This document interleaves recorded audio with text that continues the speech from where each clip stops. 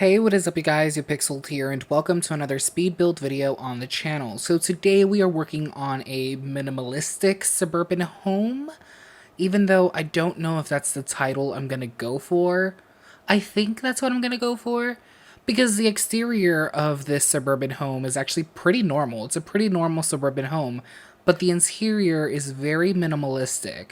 Like the furnishings and all of that stuff are very minimalistic.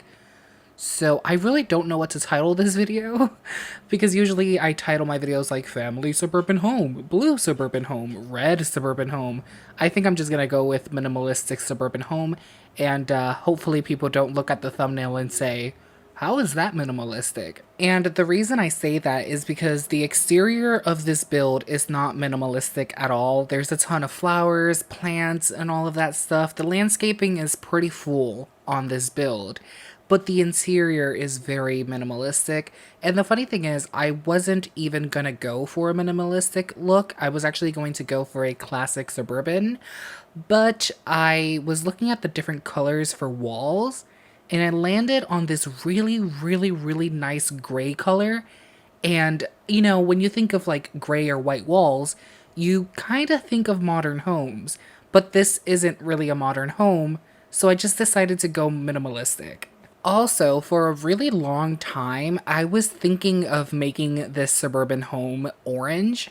I don't know, it's just I've never done an orange suburban, so I kind of wanted to, you know, get out of my comfort zone a little bit and try something a little bit wacky, but I just ended up not liking the orange, so later I make this suburban like brown, and then I think I changed the brown, or do I keep the brown? I think I keep the brown. But yeah, I really wanted to try something different, so I tried orange paneling on the exterior, and it's just, it wasn't a vibe. It kept reminding me of Halloween. By the way, can we talk about the garage for a little bit? I absolutely love how that garage turned out. It's just a bunch of windows put together, but I love how the garage door looks. I think it really adds a lot to the build. And I love how it looks. I really do. And I think the first time I built a garage like that was a couple of months ago when I collaborated with Silly Simas, and I worked on the exterior of the build and he worked on the interior. So since the exterior was my job, I wanted it to look as unique as possible or as interesting as possible. So I did a garage in this style, and I think it looks great. I think it looked great. And I ever since I collaborated with Silly Simas, I wanted to make another house with a garage just to do that again. Oh, and by the way, I hope the interior of this house isn't too minimalistic, because obviously I want it to look minimalistic, but I don't want it to look empty.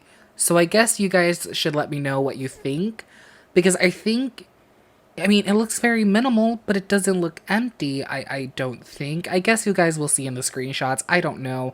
I think I did a pretty good job. Also, I'm starting to realize that I really need to come out of my shell a little bit, out of my comfort zone, and try to use different furniture, because I feel like I use the same furniture in every single one of my builds, and that's not good. It's just, I know what looks good together, so I just gravitate to those items and I use them over and over again.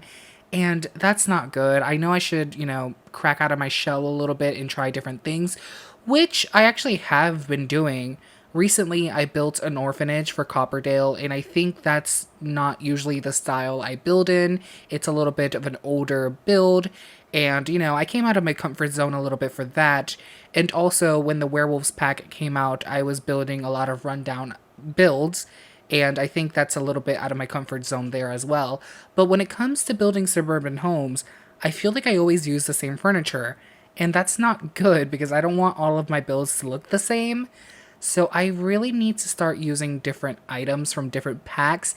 It's just, I don't know, sometimes, you know, you grab a table from Eco Lifestyle and the wooden swatches on that doesn't match, you know, Tiny Living or something. And it's just annoying. So you end up using the same things because items don't really match all that well. It's just, It's not great. Which is the reason I would really, really love a color wheel in The Sims 4, even though I know that's a little bit unrealistic to expect the Sims team to give us something like the color wheel. But if they can't do that, I wish they would let us place existing swatches on other items. You know what I mean? Like, if I grab a table from Eco Lifestyle, I wish I could grab that wooden swatch that is on that table and put it on something that's in, I don't know, Tiny Living. You guys get what I mean? Just like grab some of the swatches that are already in game and put them on other objects if somehow that would be possible. I don't know, because expecting a full color wheel, I feel like it's a little bit unrealistic. So if they just gave us something that's already in game and let us, copy and paste it on other items, I wonder if that would work. But then again, I don't. I'm not a game developer. I don't know if that's easy or difficult, so I don't know. But that would be so cool. But if they can't do that, I wish that every single time they created a new wooden swatch for a new item in a new pack, they would go back to previous packs and place that swatch on pre-existing items. Now, I don't know if that's realistic because there are hundreds, I'm pretty sure there are thousands of items in The Sims 4. So maybe that would be a lot of work and a little bit unrealistic, especially since, EA is in charge of this, and we all know how EA is. So I'm pretty sure this is probably asking for too much, but that would be so awesome if every single time they added a new wooden swatch to the game, or just new colors to the game on items, I wish they could go back and add those same swatches or colors to pre-existing items. I don't know. I wish they could do that. I feel like I could sit here and complain all day about, swatches not being a thing in the game. Well, obviously they are a thing in the game, but you know what I mean, like a color wheel not being a thing in the game. I could sit here and complain all day about bugs and glitches in The Sims 4 that never get fixed, but, I complaining does nothing. They're never going to get fixed. They are never, never, never going to get fixed. There are still bugs and glitches from like Get to Work that have never been fixed. And wasn't that the first pack to ever release on The Sims 4? So that's years of the same bugs existing and the Sims team never fixed them. So that's slightly annoying. And the crazy thing is, it seems like sometimes when they push out an update to fix a bug or a glitch, they introduce 20 other bugs and glitches. So they fix one thing and break like 30 others. And again, I'm not going to sit here and pretend like I know how video game development works, but geez, can you guys fix the game for a bit? Sometimes I wonder if The Sims was under a different studio, if it wasn't under EA, if it was under, I don't know, just another studio. I wonder if the game would be better off. I wonder if fans would get things that they've been asking for years. I wonder if, the monetization in this game would be less crazy. I wonder if the game would be less broken. I don't know, because I feel like EA probably are the ones to blame for the state the game is in and for us not getting things that we want in the game. Like, if I remember correctly, Batu was the least voted, pack, and we still got it.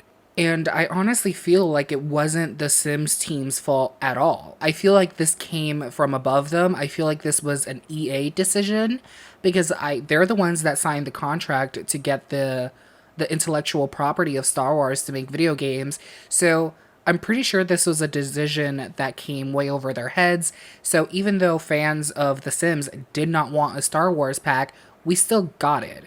And I honestly feel like that was an EA decision.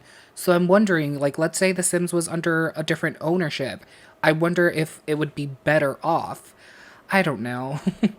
I don't know. Sometimes it feels like when we go online and complain about things that are wrong with The Sims, it just feels like we're speaking into a void, and the only people that can actually hear you are other fans. And also, it feels like bigger YouTubers, big voices in the Sims community don't speak out as much as they should.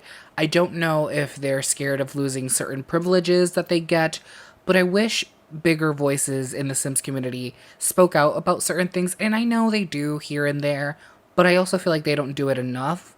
And it's important. It's important for people with large audiences to speak up. And honestly, all I see is smaller creators talking about big issues in the Sims community, and it's kind of getting annoying. Anyways, I'm gonna leave this video off here. Thank you guys so much for watching. Please comment, like, and subscribe if you're not already a subscriber, and I hope to see you guys in the next video. Bye!